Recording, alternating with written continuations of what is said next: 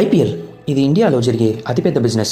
ఇక్కడ లీగ్ ఆడడానికి వేరే కంట్రీస్లో ప్లేయర్స్ చాలా ట్రై చేస్తారు. ఎందుకంటే ఇది క్రికెట్లో బిగ్గెస్ట్ లీగ్ కాబట్టి. ఇక్కడ ఆడితే మనీ అండ్ ఫేమ్ రెండూ వస్తాయి. ఐపీఎల్ కప్ గెలిచిన టీంకి 20 crores వస్తాయి. కానీ ఈ 20 crores ఒక టీం మెయింటైన్ చేయడానికి అస్సలు సరిపోవు. మరి ఈ టీమ్స్ ఎలా ప్రాఫిట్స్ పొందుతున్నాయో తెలుసా? మొదటిది టైటిల్ స్పాన్సర్షిప్. ఐపీఎల్ స్టార్టింగ్లో డిఎల్ఎఫ్ స్పాన్సర్ చేసేది, అందుకే డిఎల్ఎఫ్ ఐపీఎల్ అని ఉండేది. ఆ తర్వాత పెప్సీ ఐపీఎల్, వివో ఐపీఎల్ అని వచ్చాయి. ఇప్పుడు కరెంట్లీ టాటా ఐపీఎల్ నడుస్తుంది. ఇలా టైటిల్ని స్పాన్సర్ చేసే కంపెనీస్ ఇచ్చే అమౌంట్లో 50% బీసీసీఐకి, 50% టీమ్కి వెళ్తుంది.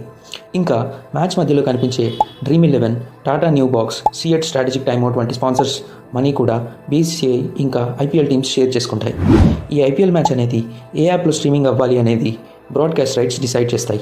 ఫర్ ఎగ్జాంపుల్, లాస్ట్ 2 years నుండి జియో సినిమానే బ్రాడ్కాస్ట్ రైట్స్ని 8,000 crores పెట్టి కొనింది. కాబట్టి మనం జియో సినిమాలో మ్యాచెస్ని ఫ్రీగా చూస్తున్నాం. ఈ అమౌంట్లో మళ్ళీ 50% బీసీసీఐకి, 50% టీమ్స్కి వెళ్తుంది.